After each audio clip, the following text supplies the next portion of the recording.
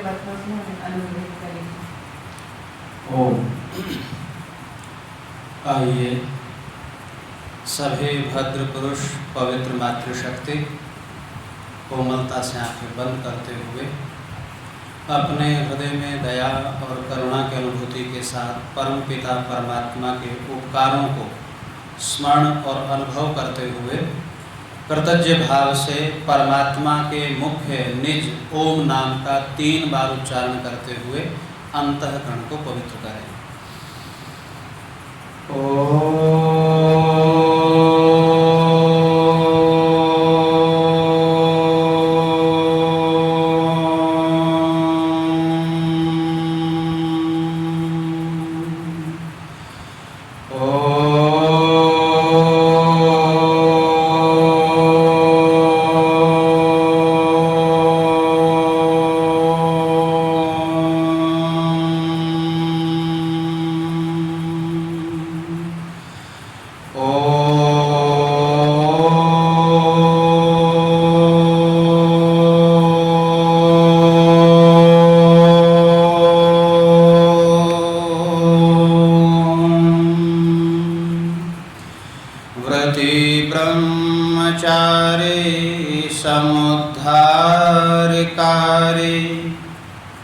सदा शंकरे वेद विद्या प्रचारे महावंचके वृत्तिघाते कुठारे नमस्ते दयानंद आनंदकारी नमस्ते दयानंद आनंदकारी। अपने भावों की अभिव्यक्ति आपके बीच में रखूं, 2 पंक्तियां गुनगुना लें आज की वर्तमान स्थिति पर। परम पिता से प्यार नहीं, शुद्ध रहे व्यवहार नहीं, इसीलिए तो आज देख लो सुखी कोई परिवार नहीं। परम पिता से प्यार नहीं, शुद्ध रहा व्यवहार नहीं, इसीलिए तो आज देख लो सुखी कोई परिवार नहीं, सुखी कोई परिवार नहीं। अन्न फूल फल मेवाओं को समय समय पर देता है, लेकिन है आश्चर्य यही बदले में कुछ नहीं लेता है।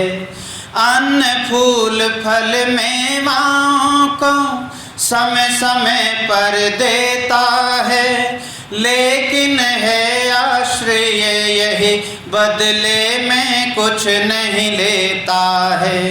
भेदभाव तकरार नहीं, पा सकता कोई पार नहीं, ऐसी दानी का बंदे माने तो उपकार नहीं। परम पिता से प्यार नहीं, शुद्ध रहा व्यवहार नहीं, इसीलिए तो आज देख लो सुखी कोई परिवार नहीं, सुखी कोई।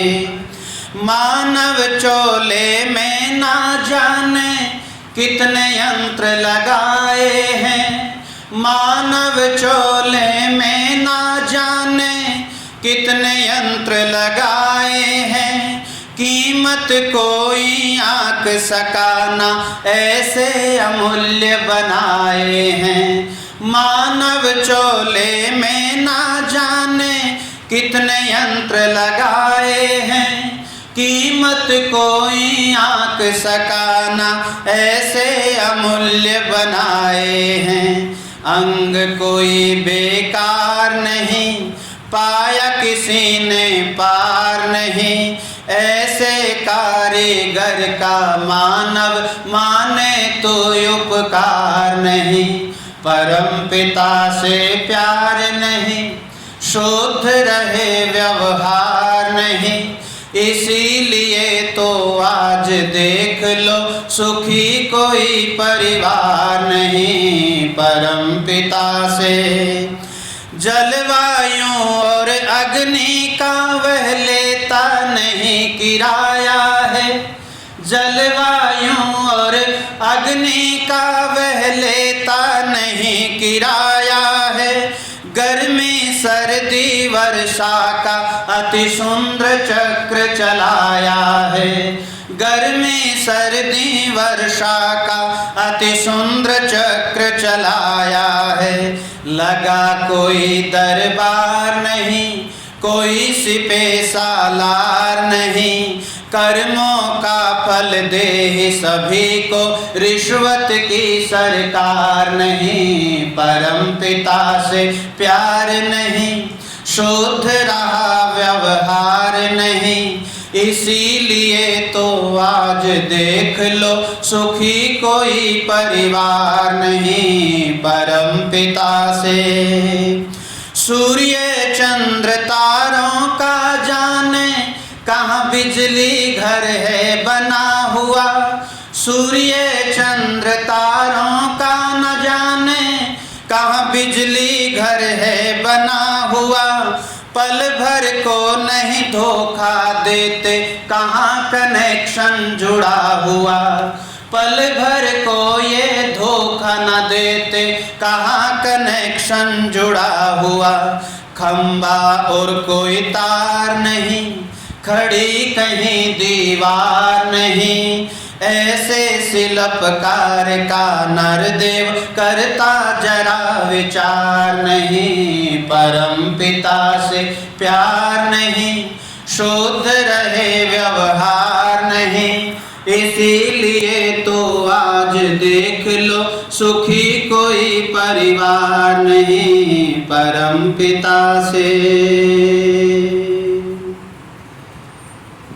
आइए इस दार्शनिक रचना पर विचार करते हुए आर्य समाज के हमारे प्रेरणा स्रोत प्रधान पितृतुल्य आदरणीय श्री बत्रा जी, आर्य समाज की हमारी विदुषी मंत्राणी सम्माननीय बहन कमला जी, हमारे सौम्य कोषाध्यक्ष महानुभाव आदरणीय श्री मोंगा जी, समस्त पदाधिकारी वृंद और इस सत्संग भवन में उपस्थित विद्वत महानुभावों, स्वाध्यायशील, ऋषि प्रेमी, वेद प्रेमी सज्जनों और वात्सल्य और करुणा की प्रतिमूर्ति पवित्र मातृशक्ति माताओं बहनों। अभी बहुत सुंदर चर्चा भजनों के माध्यम से परमात्मा की भक्ति के बारे में सुन रहे थे और अभी इस सप्ताह पिछले सप्ताह हमारा श्रावणी उपाक्रम का वेद महोत्सव भी रहा, जिसके अंतर्गत हमने राष्ट्र के एक विशेष दिवस का भी स्वागत किया। ये जो अगस्त का महीना है, अगर हम इसको विस्तार से देखें और गहनता से चिंतन करें तो ये राष्ट्र भक्ति का महीना है। इसमें राष्ट्र पर विचार करना चाहिए, राष्ट्र पर चिंतन करना चाहिए। और इस समय हमारी वर्तमान स्थिति में केंद्र सरकार ने और समस्त राज्य सरकारों ने आज़ादी के एक विशेष, जैसे आप जन्मदिन मनाते हैं, जब 25वां आता है तो विशेष मनाते हैं, 50वां आता है उससे भी विशेष मनाते हैं, हम स्वर्ण जयंती आदि मनाते हैं। तो अब की बार अमृत महोत्सव मनाया गया और अमृत महोत्सव पर प्रत्येक केंद्र सरकार ने, राज्य सरकारों ने अपनी अपनी औपचारिकताओं को निभाया। और इस बार एक भाव भी बनाया गया कि हम प्रत्येक घर में तिरंगा को लहराएं और तिरंगा को लहराते हुए परमात्मा से या अपने भाव राष्ट्र के प्रति जोड़ने का प्रयास करें। लेकिन याद रख लेना माताओं सज्जनों, तिरंगा बाहर नहीं फहराया जाता है, तिरंगा तो हृदय के भाव से फहराया जाता है। जब प्रत्येक केंद्र सरकार वर्तमान में और राज्य सरकारों ने इस उत्सव का स्वागत किया, अभिनंदन किया, लेकिन आर्य समाज के लिए बड़ा दुख का विषय रहा। आर्य समाज के लिए क्या, वैदिक संस्कृति के लिए कहूँगा, आर्य समाज कोई संस्था या संगठन, एक वैचारिक क्रांति का संगठन है, कोई मत मंत्र संप्रदाय तो है नहीं, जो मानव जाति के उत्थान की बात करता है जो वैदिक संस्कृति की बात करता है, मानवीय मूल्यों की बात करता है, तो लाल किले के प्राचीर से वर्तमान में हमारे जो प्रधानमंत्री हैं दामोदर नरेंद्र भाई मोदी, उन्होंने सभी का अभिवादन किया, कुछ महान विभूतियों को भी याद किया। हम उनका भी वंदन करते हैं, क्योंकि हर व्यक्ति का अपने क्षेत्र में कहीं न कहीं उनकी शक्ति के आधार पर, सामर्थ्य के आधार पर योगदान रहा है, जो सदैव अविस्मरणीय रहेगा। लेकिन उस जो नरेंद्र मोदी के मस्तिष्क के भाव में वो नक्षत्र जो है उनको भुला दिया गया। यदि हम केवल भवन के ऊपरी दीवार के चयनित ईंटों को ही गिने और नींव के पत्थरों को भुला दें तो इतिहास लंबा कायम नहीं हो सकता है। इतिहास के पन्नों को पलटा जा रहा है, इतिहास में कुछ न कुछ परिवर्तन करने की योजना हो रही है, याद रख लेना। केवल गर्व से ये मत कहना कि हमने तो पढ़ा इतिहास में कि सारे समाज ने तो बड़ा योगदान दिया, इसमें निसंदेह दिया है, लेकिन भूतकाल के पन्नों में है। वर्तमान में अब 2022 आ चुका है और आने वाला समय दर बर दर जो है समय बीतता रहेगा, तो इसलिए हम अतीत के गौरव को पुनः स्थापित करने का प्रयास और पुरुषार्थ आर्य समाज को करना पड़ेगा। तो महर्षि दयानंद को वहाँ भुला दिया गया, कई लोगों को वहाँ याद किया गया। तो याद रख लेना, जिन लोगों को जिन महान पुरुषों को वहाँ याद किया, वो भी यदि किसी महान पुरुष को नक्षत्र की चोटी पर देखते हैं तो महर्षि दयानंद को देखते हैं। क्योंकि जब हम इतिहास उठाते हैं, इतिहास के पन्नों में गड़बड़ बहुत हुई है और उसको पलटा गया, उल्टा गया। तो कहने का भाव है कि जब हम इस भारत के इतिहास को देखते हैं, और कभी आप स्वाध्याय की श्रृंखला में आर्य समाज के इतिहास को भी पढ़ने का प्रयास करें। पंडित इंद्र विद्या वाचस्पति जी ने 2-3 वॉल्यूम बनाए आर्य समाज के इतिहास के। उस आर्य समाज के इतिहास में पता लगता है कि इन आर्यों ने, इन बलिदानियों ने, इस महर्षि दयानंद के अनुयायियों ने अपने परिवार तक को इस राष्ट्र की सेवा में समर्पित कर दिया। इतिहास इस बात का साक्षी रहा है। अरे 1857 की क्रांति से पहले जिस व्यक्ति का योगदान रहा हो, 1857 प्रथम स्वतंत्रता संग्राम था। और आर्यों कभी हम स्वाध्याय की श्रृंखला बहुत कमज़ोर पड़ती जा रही है। जब भी हम स्वाध्याय की श्रृंखला को पढ़ते हैं, जानते हैं, उसमें ढूंढने का प्रयास करते हैं, तो महर्षि दयानंद के 3 वर्ष का जीवन चरित्र आपको दृष्टिगोचर नहीं होगा। कई व्यक्तियों ने बाद में लेखनी चलाने का प्रयास किया कि स्वामी विरजानंद से मिलने से पहले वो इस क्रांति की मसाल को घर घर में पहुंचाने के लिए प्रयासरत थे। आपने मंगल पांडे का नाम सुना होगा। उस बैरक में, उस छावनी में, जो एक योगी छदमनाथ योगी के नाम से वहाँ उन सैनिकों को पानी पिलाने का काम करता है, एक साधु के वेश में।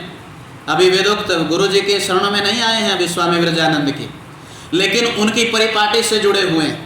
अच्छा, ये स्वामी दयानंद जी ने संन्यास किन से लिया था, जरा बताइए? कौन थे जिन्होंने स्वामी दयानंद जी को संन्यास दिया? स्वामी संपूर्णानंद। 108 वर्ष की आयु का व्यक्ति था जब वो देहावसान हुआ, 108। और वो स्वामी संपूर्णानंद कौन थे? स्वामी विरजानंद के गुरु थे। स्वामी विरजानंद के गुरु, दंडी विरजानंद के गुरु स्वामी संपूर्णानंद। लंबी आयु का व्यक्ति, सरोखाप पंचायत का अध्यक्ष, क्रांतिकारियों का सूत्रधार, ये स्वामी संपूर्णानंद। और उन्हीं की देख रेख में क्रांति की मसाल की ज्वाला को हाथ में लेकर ऋषिवर इस पूरे हरिद्वार के मंदिरों में चलते चलते गांव-गांव में इस वेद के प्रचार को, इस विशेष क्रांति की मशाल को जलाने का प्रयास कर रहे थे। तो मैंने कहा, मंगल पांडे जहां उन सैनिकों पर एक राष्ट्रभक्ति अपने भाव से, अपनी अभिव्यक्ति से इस राष्ट्रभक्ति की ज्वाला को बढ़ा रहे थे, तो कहते हैं छदमनाथ उसके बारे में विचारणीय विषय, शोध का विषय है। कई व्यक्तियों ने प्रयास किया कि हम उन 3 वर्षों को जानें, खोजें कि स्वामी जी का जीवन कैसे रहा होगा। अरे जो व्यक्ति प्रतिदिन अपने ब्रह्मचर्य के बल से, शारीरिक बल तो बहुत था ऋषिवर में, कहते हैं कि लगभग 60 से 80 बाल्टियों से प्रतिदिन मटके भरते थे, प्याऊ का काम करते थे, सैनिकों को पानी पिलाते थे, राष्ट्रभक्ति का संदेश भी दे जाते थे। चाहे वो मुस्लिम हो या हिंदू थे तो अपने ही, बाद में तो कुछ विचारधाराएं फैला दी गई। तो कहने का भाव है सब में राष्ट्रभक्ति का भाव। और कहते थे जिन कारतूसों का प्रयोग करते हो, जानते हो कारतूस किससे बने हैं? ये उपदेश देने वाला कोई और नहीं था, वो छद्मनाथ योगी, वो महर्षि दयानंद सरस्वती ही थे। इतिहास इस बात का साक्षी है और खोज का विषय है ये। 3 वर्ष तक जो इस क्रांति की ज्वाला को चलाते रहे, और चंडी मंदिर में, हरिद्वार में, जो उस समय के वर्तमान के बड़े बड़े क्रांतिकारी थे, सबकी अध्यक्षता स्वामी दयानंद जी करते थे। उनकी बैठक में कौन होते थे? नाना फडणवीस होते थे। उनकी बैठक में कौन होते थे? तात्या टोपे होते थे। उनकी बैठक में कौन होते थे? महारानी लक्ष्मीबाई होती थी। उस समय के जितने सरवखाप के अध्यक्ष होते थे वो सब से स्वामी जी परिचित थे। और एक बार तो एक बैठक बुलाई गई जिसकी अध्यक्षता स्वामी संपूर्णानंद ने की, भाषण स्वामी विरजानंद ने दिया, और सारा सहयोग जन सैलाब को जुटाने का काम स्वामी दयानंद ने किया। साधुओं की टोली बना दी उसने, क्रांतिकारियों की। ऐसा व्यक्ति जो अपने पुरुषार्थ से जब 1857 की क्रांति विफल हो गई और उसके पश्चात उन्होंने, आप इतिहास पढ़िएगा और ऋषि के भाव को पढ़िएगा, ऋषि इस राष्ट्र को पुनः आर्यवर्त की दशा और दिशा तक ले जाना चाहते थे। उनके हृदय में राष्ट्र के प्रति पीड़ा थी, और जो आज श्रेय किसी और को जाता, मैंने कहा ना, इतिहास के पन्नों को पलटा गया। जिनको श्रेय मिलना चाहिए था श्रेय मिला नहीं। उस समय के गृह मंत्री, हमारे वर्तमान में जब देश आज़ाद हुआ तो उस समय के गृह मंत्री सरदार वल्लभ भाई पटेल, जो गृह मंत्री के लायक नहीं थे बल्कि इस देश के प्रधानमंत्री के लायक थे, लेकिन गांधी की एक भूल के कारण जिसको केवल गृह मंत्री दिया गया, जबकि वोटों का वोट बैंक स्वामी सरदार पटेल जी के साथ अधिक रहा। लेकिन इतिहास में कुछ बरगलें, कुछ पन्ने पलट दिए गए और वहाँ पर एक राजनीतिक षड्यंत्र भी रचा गया। सरदार वल्लभ भाई पटेल, याद रख लेना, ये जितने आप क्रांतिकारियों की सूची देखेंगे तो आप छोर पर चले जाइए, अंतिम छोर पर आपको महर्षि दयानंद सरस्वती दिखाई देंगे। महर्षि दयानंद सरस्वती ने अपने समय में अपने खर्चे से महाशय कृष्ण वर्मा को इंग्लैंड भेजा और कहा वहाँ पर पार्टी का गठन करो, सामर्थ्यशाली बनो, विद्या की प्राप्ति भी करो और राष्ट्रभक्ति की योजना के साथ आगे बढ़ने का प्रयास करो। और उन्होंने अपने एक राष्ट्र संगठन का गठन किया जो बाद में लाला लाजपत राय ने इस देश में बढ़ाया, और उसमें फिर धीरे धीरे क्रांतिकारियों का सैलाब जुड़ने लग गया। और ये तो आर्य समाज गौरवान्वित समझो अपने आप को।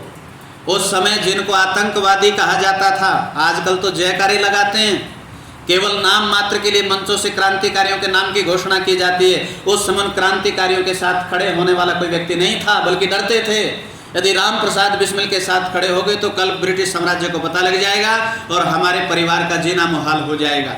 उनकी उपेक्षा की जाती थी। उन क्रांतिकारियों का यदि कोई गढ़, उनको शरण देने वाली कोई स्थली रही तो आर्य समाज रहा है। आप कभी जाइए गुरुकुल इंद्रप्रस्थ में और गुरुकुल इंद्रप्रस्थ की गुफा को देखने का प्रयास करें जो बहुत दूर तक फैली हुई है, और वहाँ आज भी स्वर्ण अक्षरों में लिखा है कि कौन कौन क्रांति कितने कितने दिनों तक क्रांतिकारी यहाँ पर ठहरे और उनकी व्यवस्था की गई। चाहे बम निर्माण की योजना है, आर्य समाजों में हुई, क्रांतिकारियों के निर्माण की योजना है, आर्य समाजियों में हुई, और उस आर्य समाज के योगदान को भुला देना ये कृतघ्नता का विषय है। कृतघ्नता का इतिहास बदला जा रहा है, इसलिए सजग होने की आवश्यकता है। उन व्यक्तियों को प्रमुख किया जा रहा है जो गोवंश प्रेमी रहे हैं, उन व्यक्तियों को प्रमुख। एक समय मैंने भी देखा है, हमारे जो ये स्वयं सेवक संगठन है, ठीक है, एक राष्ट्रभक्ति का भाव है, होगा और कुछ करना भी चाहते हैं, लेकिन एक समय आपने भी देखा होगा और मैंने भी सुना है बचपन में, जब इनके यहाँ क्रांतिकारी के स्रोत जब कोई बैठक होती थी तो उसमें महाराणा शिवाजी आदि के चित्र वहाँ लगे रहते थे।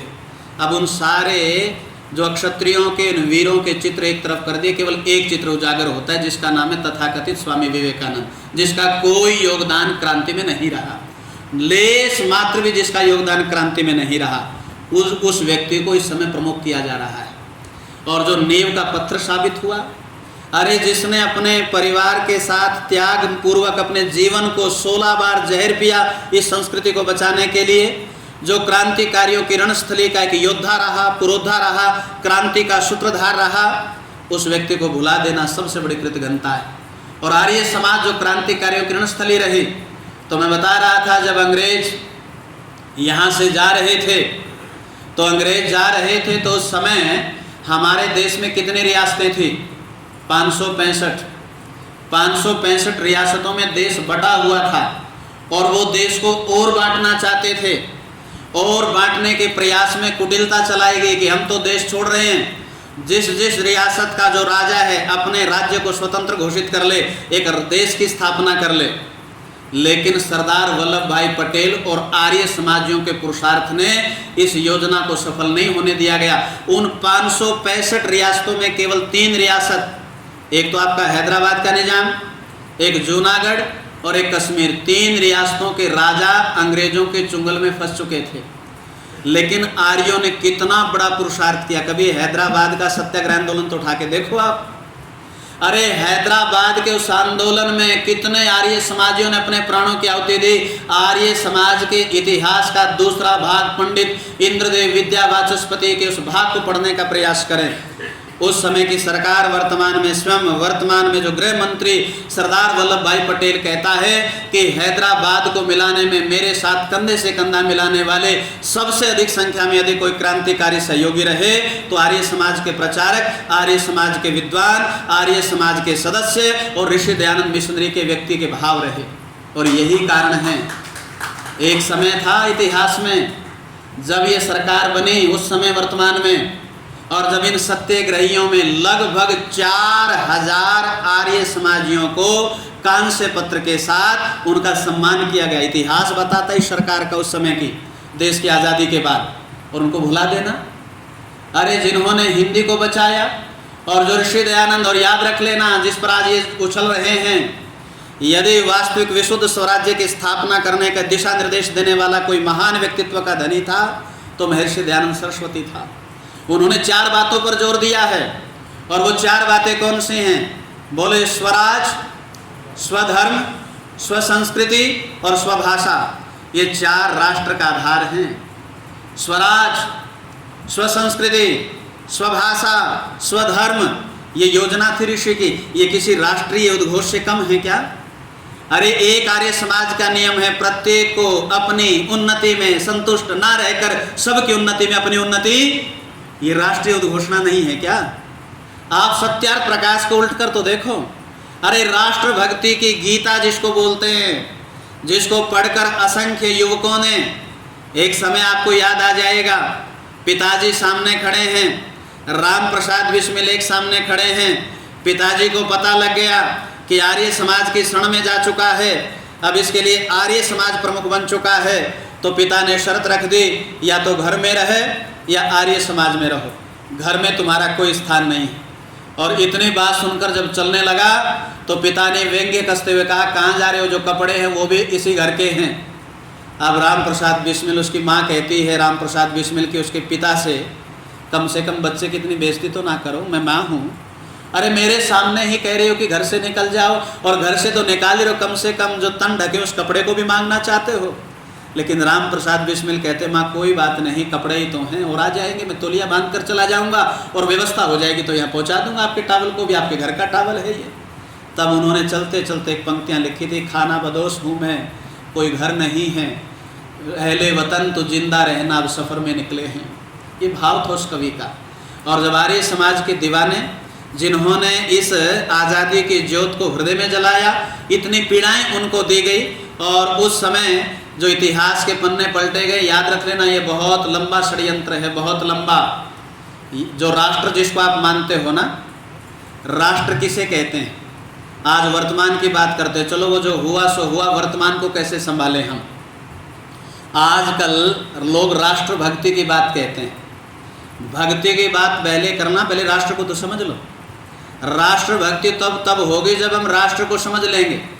जब मैं युवाओं के अंदर जाता हूँ तो मैं पूछता हूँ राष्ट्र किसे कहते हैं? वो कहते हैं देश को राष्ट्र कहते हैं। देश का नाम ही राष्ट्र है। याद रख लेना, दोनों अलग अलग चीज़ है। देश अलग है, राष्ट्र अलग है। राष्ट्र में समुचित विकास होता है, देश में समुचित विकास नहीं होता। राष्ट्र और देश में अंतर है। कई लोग संस्कृति का उद्भट या संस्कृति के विस्तार को राष्ट्र मान लेते हैं। एक हिस्से तक ठीक है, लेकिन पूर्ण परिभाषा नहीं है। राष्ट्र किसे कहते हैं? राष्ट्र के 3 घटक 4 घटक प्रमुख माने हैं। यदि वो 4 घटक उस राष्ट्र में घटते हैं तो राष्ट्र सुरक्षित है, वो राष्ट्र सबल है, उसको सशक्त राष्ट्र कहा जा सकता है, उसको हम आदर्श राष्ट्र कह सकते हैं। और ऐसे आदर्श राष्ट्र की परिकल्पना क्रांतिकारियों ने की। ऐसे राष्ट्र की परिकल्पना का पाठ पढ़ाया महर्षि दयानंद ने इन क्रांतिकारियों को। लेकिन आज भी 75वां वर्षगांठ तो आपने बना ली, लेकिन राष्ट्र सुरक्षित नहीं है। इस पर विचार कर लेना। और प्राचीर किले से चाहे स्वामी जी का नाम लिया गया ना लिया गया हो, आर्य समाजियों के योगदान को तिलांजलि दी गई हो, अब हमारा कर्तव्य बनता है आर्यों कि हम अपनी संस्थाओं से, हम अपने संगठनों से, हम अपने गुरुकुलों से, हम अपने सभाओं से खुलेआम इन मुख्यमंत्री तथा कथित राज्यपाल और प्रधानमंत्री तक अपने पत्र लिखें और दिखाने का प्रयास करें कि वर्तमान के इतिहास में अतीत के गौरव को उठाने का प्रयास करें और उसमें महर्षि दयानंद के चमकते नक्षत्र को देखने का प्रयास और पुरुषार्थ करें। ये आज आर्य समाज को करना पड़ेगा और इसकी आवश्यकता है। और हमें गांव-गांव में सारे समाज और ऋषि दयानंद के योगदान, इस राष्ट्र भक्ति की भावना को जलाने का प्रयास और पुरुषार्थ करना पड़ेगा। वरना आने वाले पन्ने पिछले भूल जाओ 85% थे। ना राज तुम्हारे हाथ में है, ना व्यवस्था तुम्हारे हाथ में है। आने वाला समय पन्नों में भी पलट दिया जाएगा। आपने इस समय तो फिर भी सरकार कुछ कुछ मान सकते हैं, आप प्रभाव करें। कुछ व्यक्ति अच्छे भी हैं, गलत भी नहीं है, बहुत अच्छे व्यक्ति भी हैं। योगी जैसे व्यक्ति भी वर्तमान समय में हैं, बहुत अच्छे व्यक्ति भी हैं। लेकिन कुछ व्यक्ति लोकेशना के भी भूखे हैं। कुछ व्यक्ति दरकिनार कर सकते हैं, राष्ट्र की संस्कृति को एक परे कर सकते हैं अपने राजनीतिक लोलुपता के लिए। एक कवि ने बहुत सुंदर लिखा, मुझे पंक्तियां याद आ गई। कल एक हादसा बाजार में आ जाएगा। बड़े ध्यान से सुनना इन पंक्ति। कल एक हादसा बाजार में आ जाएगा, जो नहीं आया वो अखबार में आ जाएगा। बच के रहना इन चोर लफंगे उचक्कों से, न जाने कौन कब मंत्री बनके की सरकार में आ जाएगा। ये है राजनीतिक सोच। उनके लिए तो पद चाहिए, चाहे तन सिर से जुदा हो, या लाठी उठें या भाले उठें या खून हो, रक्तपात हो, उनको पद चाहिए। उनके लिए राष्ट्र प्रमुख नहीं। राष्ट्र प्रमुख किसके लिए? राष्ट्र की ज्योत, राष्ट्रभक्त किसको कहेंगे आप? तो मैं महर्षि दयानंद के दृष्टिकोण को दे रहा। उस समय जब सरदार वल्लभ भाई पटेल ने कहा, वल्लभ भाई पटेल का इतिहास पढ़ा आपने? कितनी दुर्दशा हुई बाद में, पता है आपको? इतिहास ही तो नहीं पढ़ते, कमी तो यही रह गई। सरदार वल्लभ भाई पटेल की एक बेटी थी, मणिबेन पटेल। और उस समय सरदार जी का कितना प्रभाव था एक पिता का पुत्री के ऊपर। 16 वर्ष की आयु में हमने लोगों के लिए सहयोग तो दिया समाज ने, लेकिन उस पद को प्राप्त नहीं कर पाए। यदि राज व्यवस्था पर भी प्राप्ति हो जाती तो शायद ये दुर्दिन आप देखने ना पड़ते। केवल शहादत तो ही देते रहे, संगठित होकर उस शासन व्यवस्था पर अपना शासन काबिज करने का प्रयास नहीं किया। नारियों ने सबसे बड़ी भूल हुई है हमसे। तो वहां पर मणिबेन पटेल 16 वर्ष की आयु है, गांधी जी के प्रति अगाध श्रद्धा में अपने सारे जेवर वो बहन दे देती है। और इतिहास बताता है कि 1928 से लेकर 1947 तक 10 बार जेल में गई वो, 10 बार। कभी नमक सत्याग्रह में, कभी नमक आंदोलन में, जितने जितने आंदोलन उस गांधी ने चलाए, सब आंदोलनों में अग्रणी वो मणिबेन पटेल रही। 10 बार जेल की यातनाओं को उस बेटी ने सहा। और जिसके हाथ प्रधानमंत्री की सत्ता लगी, उसकी बेटी को पूछो कितनी बार जेल में गई है। इमरजेंसी के बाद 1 बार गई, 2 बार आ गई बाहर, 1 बार भी तो जेल में नहीं गई। 10 बार यातनाओं को सहा उस बेटी ने। और जब सरदार वल्लभ भाई पटेल की मृत्यु हुई तो हमारे इतिहासकार बताते हैं कि वल्लभ भाई पटेल के राजकीय कोष में 35 लाख राशि थी। 35 लाख कम नहीं थी। उत्तराधिकारी थी अपने बाप की संपत्ति की। लेकिन मणिबेन पटेल क्या करती है? 35 लाख ले जाती है तथाकथित प्रधानमंत्री नेहरू के पास और कहती है मेरे पिता की राशि है, शायद ये राष्ट्र की रक्षा के लिए होगी, मैं ये देना चाहती हूँ। अपने पिता की पूरी राशि माता उनको दे देती है और एक भाव रखती है, शायद ये कहने वाला लोगों के, जिसको चाचा के नाम से जिसको लोग जानते हैं, शायद ये पूछेगा बेटी तुम दे तो रही हो, तुम्हारा होगा क्या, तुम्हारा भविष्य क्या होगा, तुम रहोगी कहाँ, जीविका का साधन क्या होगा, तेरे आवश्यकताओं की पूर्ति कैसे चलेगी। ये बात तो पूछना दूर रहा, उसको बैठने के लिए भी स्थान नहीं दिया और पीने के लिए पानी नहीं दिया उस चाचा ने। बेचारी चली गई मायूस होकर वहाँ से। गुजरात में चचेरी बहन के यहाँ और गुमनामी के इतिहास में तब्दील हो गया वो नाम। केवल एक नाम थोड़े है, क्रांतिकारियों के किसी क्रांतिकारी के परिवार की दशा को पढ़ लेना, आपके रोंगटे खड़े करने वाली होंगी। सब क्रांतिकारियों के परिवारों की। देश आज़ाद हुआ परंतु हृदय में राष्ट्रभक्ति का भाव जो है जागृत नहीं हुआ, जिसको क्रांतिकारी चाहते थे, जिसको दयानंद जिस मसाल को जलाना चाहते थे। अब मैं चलते चलते बस माताओं सज्जनों 4 घटक कह रहा हूँ, और उन 4 घटकों को अपने हृदय में घटक लेना और घटक नहीं लेना, समाज को जागरूक करना। यदि जागरूक नहीं किया तो केवल ये मत समझना कि सरकार हमारी है, सीमाएं सुरक्षित नहीं हैं और अंदर का नज़ारा भी सुरक्षित नहीं है। और अभी तो कह दिया उन्होंने, स्वतंत्र भारत की दशा है ये कि वो खुलेआम कह रहे हैं आने वाला समय हमारा होगा। तो इसलिए 4 घटक याद रख लेना, और मेरे नहीं हैं, महर्षि दयानंद के बताए हुए हैं। और वो 4 घटक कौन से हैं? पहला घटक है देश। क्या घटक है? स्थान। राष्ट्र कौन सुरक्षित है? जिसका अपना स्थान हो। जिसका स्थान ही नहीं है तो वो राष्ट्र सुरक्षित नहीं है। तो पहला हमारा स्थान। लेकिन स्थान क्या है? क्या समझते हो आप? जिस चित्र को आप देखते हो वो सुरक्षित है, जो भारत का मानचित्र दिखाया जाता है। विचार करना उस विषय पे। केवल भूगोल की किताबों में चित्र छपा है, चित्र की दशा विचित्र है। जिसमें आप ये 2 सिंह देखते हो ना, ऊपर वाले 2 सिंह भारत के मानचित्र में अपने नहीं हैं। आक्सीन चीन का प्रभाव में है पूरा का पूरा, अपना नहीं। मान लो, झूठे मान लो, अपना है नहीं। कश्मीर में कुछ अधिकार, अब तो चलो वहाँ मिलिट्री पैरामिलिट्री पड़ी हैं, लेकिन अब भी जनजाति सुरक्षित नहीं है। बहुत प्रयास किया जा रहा है वहाँ जनजाति को सुरक्षा देने के लिए। एक अक्षेत्र, पाक अधिकृत अक्षेत्र, जिसको आप POK बोलते हैं, अपने पाकिस्तान के अंदर में। तो ये मानचित्र हमारा धूमिल हो चुका है, स्थान बट रहे हैं। जो दक्षिण भारत वाले हैं वो अलग राष्ट्र की मांग कर रहे हैं। हम द्रविड़ हैं, ये आर्य हैं, हमारे विचार अलग, हमारी संस्कृति अलग, वो अपने आप को अलग मानते हैं। महाराष्ट्र वाला अपने आप को अलग मानता है। बिहार में अलग आग जली हुई है। ममता जी अपने अलग राष्ट्र की घोषणा किए बैठी है। खंड खंड होने पर है, राष्ट्र खंड खंड होने पर ये रियासतों का दोबारा से प्रभाव जो है वो दिखने और इस समय प्रतीत होने लगा है। ये मानचित्र पर केवल प्रसन्न होने की आवश्यकता नहीं है, उस मानचित्र को संभालने के लिए पुरुषार्थ करना पड़ेगा। स्थान अपना नहीं है। और दूसरा घटक क्या है राष्ट्र का? जनसंख्या। मत इतराना कि हम हैं, हो, लेकिन एकजुट नहीं हो। एक मुसलमान आ जाए, एक परिवार पर हमला कर दे, राधा स्वामी आएगा नहीं, निरंकारी बचाने आएगा नहीं, डेरा सच्चा सौदा वाले बचाने आएंगे नहीं, आर्य समाजी भले आ जाओ थप्पड़ मारने के लिए, उसको बचाने के लिए, बाकी नहीं आएगा कोई संस्कृति को बचाने के लिए। बड़े बड़े हैं कि कहाँ कहते हो कि हम एक हैं? अरे अनेकता में एकता कभी हो नहीं सकती, याद रख लेना। जब तक ये धर्मनिरपेक्षता का जहर इस राष्ट्र में चलता रहेगा, ये राष्ट्र एक हो नहीं सकता, ना कभी होगा।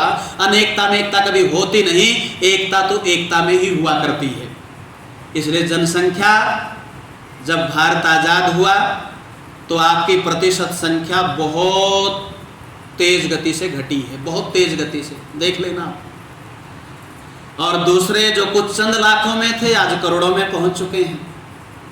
और वर्तमान समय में ओवैसी जैसा गद्दार भी इस समय कह रहा है कि तन सिर से जुदा। हैदराबाद का देखा ना भी 2-3 दिन पहले घटना, पुलिस थाने के सामने। अरे जिस पर सुरक्षा की दृष्टि लोग रखते हैं उन पुलिस थानों के सामने नारे लग रहे हैं। और रात को गिरफ्तारी हुई और 12 बजे रिहा हो गए। और एक जो है हिंदू संस्कृति जिसको आप कहते हैं उसका परचम उठाने वाला रात को उठा लिया और जेल में फेंक दिया उसको। वो बाहर आ गए, वो जेल में पड़ा हुआ है। आप क्या कहते हैं? जनसंख्या में है, भूल है आपकी। एक समय नारा था हमारा बहुत अच्छा, 2-4 बच्चे बहुत अच्छे। उसके बाद नारा क्या आया? हम 2 हमारे 2। और इसके बाद शेर का बच्चा एक ही अच्छा। और अब आने वाली पीढ़ी, प्रधान जी बताते हैं कुछ जवानों की बात, आने वाली पीढ़ी कैसी है? ना बच्चा ना बच्ची, नींद आई अच्छी, कुछ नहीं पैदा करना चाहते वो। और पड़ोस वाले क्या कर रहे हैं? 4 शादी तो कानून ने साबित कर दी, भाई 4 कर सकते हो। अरे कम से कम 4 शादी करेंगे, मरे से मरे व्यक्ति बुढ़ापे तक 4-4 औलाद भी पैदा करेगा तो 16 से 20 बच्चे एक परिवार से पैदा हो रहे हैं। कहाँ जनसंख्या की बात कर रहे हो? जनसंख्या धूमिल हो चुकी है, स्थान हमारा नहीं है। इसलिए क्रांतिकारियों की आवश्यकता केवल उस समय नहीं थी, आज ज़्यादा है, याद रख लेना। आज क्रांति की ज्वाला की जरूरत ज़्यादा है राष्ट्र की अखंडता को बचाने के लिए, इसकी प्रभुता को बचाने के लिए। स्थान हमारा नहीं है, जनसंख्या में हम मिटते जा रहे हैं और जितने हैं बटे हुए हैं, इस पर विचार करना पड़ेगा। और तीसरा राष्ट्र का घटक क्या है? स्थान, जनसंख्या और मालिकाना हक। स्थान अपना हो, लोग अपने हों और उस पर मालिकाना हक हो। वो कितना मैंने बता दिया। मालिकाना हक तो टूटता जा रहा है। दो आदमी आंख दिखाते नहीं और वहीं से व्यक्ति उखड़ जाता है, चला जाता है। और याद रख लेना, पिछले दिनों स्वामी जी ने बहुत अच्छी बात कही थी। कई जगह तो ऐसी धारणाएं बन चुकी हैं, अभी कह दिया 10-15 वर्ष और इस खेत को देख लो, कोठियों को देख लो, बंगले को देख लो, अपनी गाड़ी को देख लो, 15-20 साल के बाद हमारी होने वाली है ये, और होंगी। जब घर में आपके शस्त्र नहीं, शास्त्रों से युक्त आपकी बुद्धि नहीं, तो कहाँ राष्ट्र की रक्षा होगी। एक समय मैंने देखा गांव में, जब हम गांव में रहते थे तो गांव में कम से कम घर में शस्त्र होते थे। कहीं तो जेली पड़ी हुई है, कहीं गंडासा पड़ा हुआ है, कहीं आपकी जो है कुल्हाड़ा पड़ा हुआ, अरे कम से कम कुछ तो थे। आज वो शस्त्र भी नहीं है, खाली हाथ। और याद रख लेना, केवल बोलते बोलते हैं, ये फुंकारते हैं, डसने का प्रयास नहीं करते, और वो बोलते कम और काम ज़्यादा करके दिखाते हैं। तो इसलिए मालिकाना हक भी हमारा जा रहा है और जाता रहेगा। और अंतिम घटक जो मरा पड़ा है, यदि शरीर में से आत्मा निकल जाए ना मलिक साहब, ये शरीर किसी काम का नहीं है। अपने लोग ही कहेंगे आत्मा निकल चुकी, इसको उठाओ और अंत्येष्टि संस्कार करो, अब ये काम का नहीं है। तो याद रख लेना, राष्ट्र का सबसे बड़ा प्रबल जो घटक है वो है संस्कृति। और संस्कृति किसकी? ना मेरी, ना पड़ोसी की, ना अगल वाले की, ना बगल वाले की, वेद की संस्कृति। एक समय था जिस पर आप अतीत का गौरव कहा करो, उसको हमारा गौरव मत कहो। गलतफहमी में हो आप, अपना तो रहा ही नहीं, सुरक्षित किया ही नहीं, तो हमारा गौरव कहाँ बच गया? वो अतीत का गौरव कहा करो। अतीत के गौरव में आर्यों का चक्रवर्ती साम्राज्य रहा। चक्रवर्ती जितने देश और देश के आसपास देश जो आज अलग देश बन चुके हैं, सब में छत्रपति राज्य हमारा स्थापित रहा। तब वेद की संस्कृति थी, और वेद की संस्कृति के आधार पर आत्मा का बल मजबूत होता है, परिवार की व्यवस्था मजबूत होती है, राष्ट्र की सर्वांगीण उन्नति होती है। अरे जब वेद की संस्कृति लागू होगी, उसी दिन आपका जातिवाद चला जाएगा। और अब हमारी स्थिति क्या है? एक व्यक्ति फटी टूटी नाव को लेकर समुद्र में कूद पड़ा, तो श्रद्धा बहन जी बच पाएगा? वो टूटी फटी नाव को समुद्र में ले जा रहा है, जिसकी लहरें बड़ी भयानक हैं। ऐसी दशा और दिशा आर्य इस समय वर्तमान राष्ट्र की है। ये जो हमारा टूटी हुई नाव कोई और नहीं है, इस समय ये भारतवर्ष देश है। और ये छेद कहीं भाषा का छेद, कहीं जातिवाद का छेद, कहीं सांप्रदायिकता का छेद, कहीं अंधविश्वास, कहीं पाखंड, कितने छेद इस नाव में हुए पड़े हैं। बचने की कोई आशंका नजर नहीं आती है। यदि इन छेदों को भरना चाहते हो तो आत्मा को जीवित करना पड़ेगा, और यदि कोई आत्मा है तो वेद की संस्कृति है। जब तक वेद की संस्कृति थी, इन आर्यों का चक्रवर्ती साम्राज्य था। और यही भाव राष्ट्र में स्वतंत्रता संग्राम से पहले ऋषि दयानंद के हृदय में था, और मृत्यु पर्यंत उनके हृदय में रहा कि मैं राष्ट्र को ऐसे देखना चाहता हूं। और यही भाव था, इसी भावना में बहकर उन युवकों ने अपनी जवानी को इस राष्ट्र के लिए समर्पित कर दिया। लेकिन आज एक दिन दिखावे के लिए राष्ट्रभक्ति होती है, भक्ति बाद में होगी। पहले राष्ट्र को समझें, राष्ट्र को तब समझेंगे जब ये चार घटक सुरक्षित होंगे।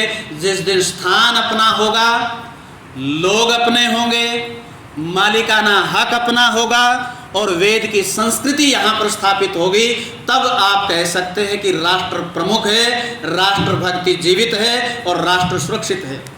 तो वेद की संस्कृति याद रख लेना, ये हमारे महान आत्माओं का विशेष आधार था।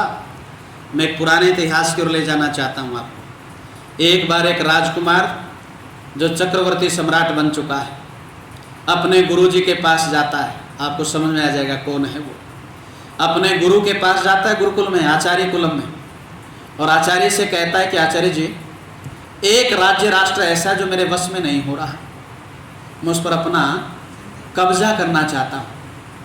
आचार्य चाणक्य ने कहा, कब्जा करना चाहते हो? उसने कहा हाँ, कब्जा करना चाहता हूँ, उस पर अपना अधिकार साबित करना चाहता हूँ। हर व्यक्ति की इच्छा होती है कि मेरा साम्राज्य फैले। अब आचार्य चाणक्य ने अगला प्रश्न किया, अच्छा ये बताओ उस राज्य की दशा कैसी है, क्या वहाँ वेद की संस्कृति है? उसने कहा हाँ है। क्या बटुकों को भिक्षा मिलती है? उसने कहा मिलती है। क्या वर्ण व्यवस्था जीवित है?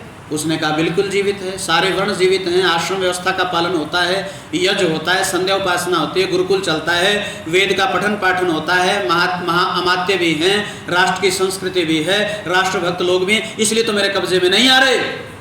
तो आचार्य चाणक्य का उत्तर अगला क्या था पता है क्या बोलते हैं? फिर जीतना क्यों चाहता है? हमारा तो स्वप्न यही है।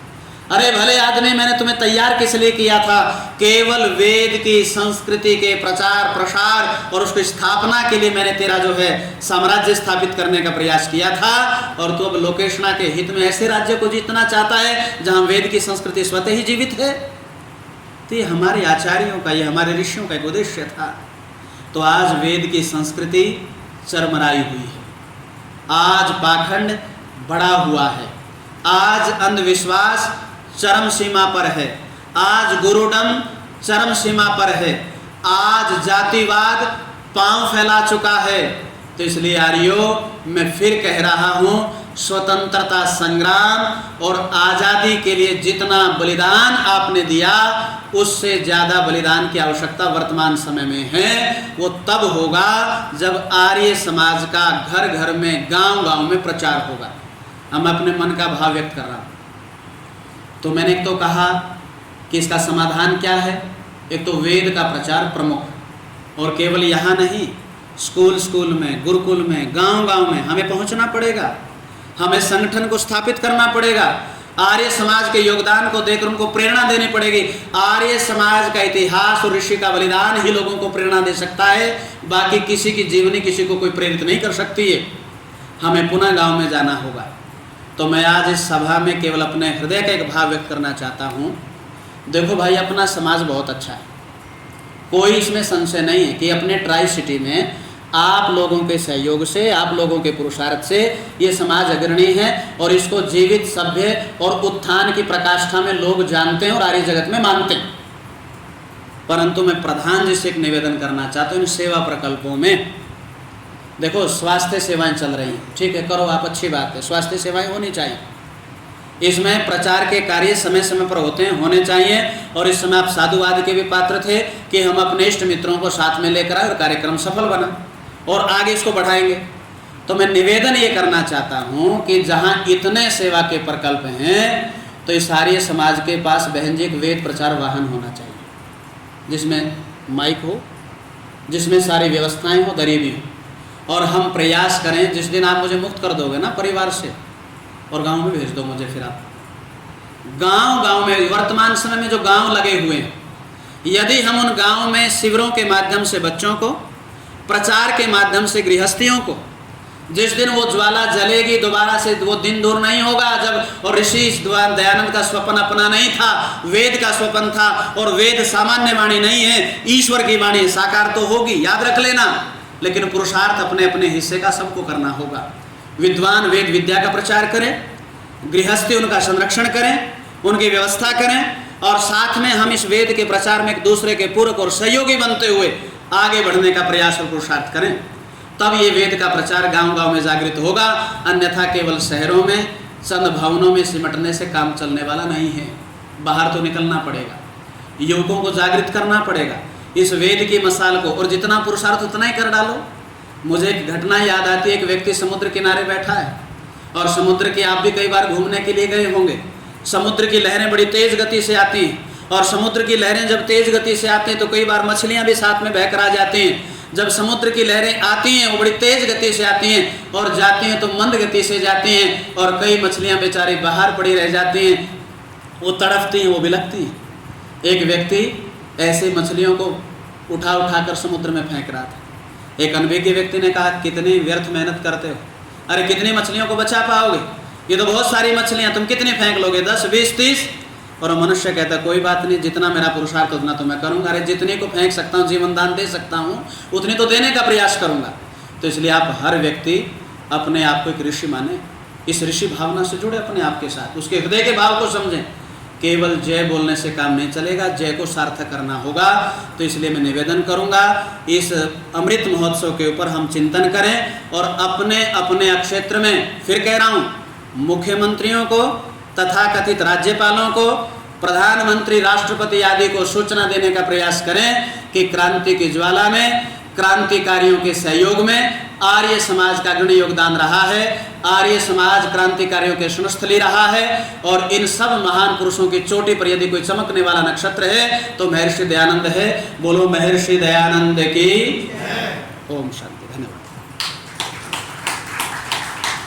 बहुत सुंदर विचार और अपने मन की व्यथा भी हमारे समक्ष प्रकट की कि आर्य समाजियों का जो इतिहास रहा उसे भुला दिया गया है और एक बहुत बड़ा षड्यंत्र चल रहा है। आर्य समाज को जो हमारे ऋषि मुनि हुए हैं उनकी वीर गाथाओं का, उनके पुरुषार्थ का, उनकी तपस्या को मिटाने का प्रयास किया जा रहा है। बहुत कुछ तो इसमें वो काफ़ी हद तक सफल भी होते जा रहे हैं। तो हम सबका पुरुषार्थ और ये सब मेहनत होगी, सभी आर्य समाज मिलकर, जैसे कि हमारे बहुत से प्रतिनिधि सभाएं बनी हुई है, अगर वो अपने मन के भावों को वहाँ तक पहुँचाने का प्रयास करें तो ये संभव हो सकता है अगर सब मिलकर प्रयास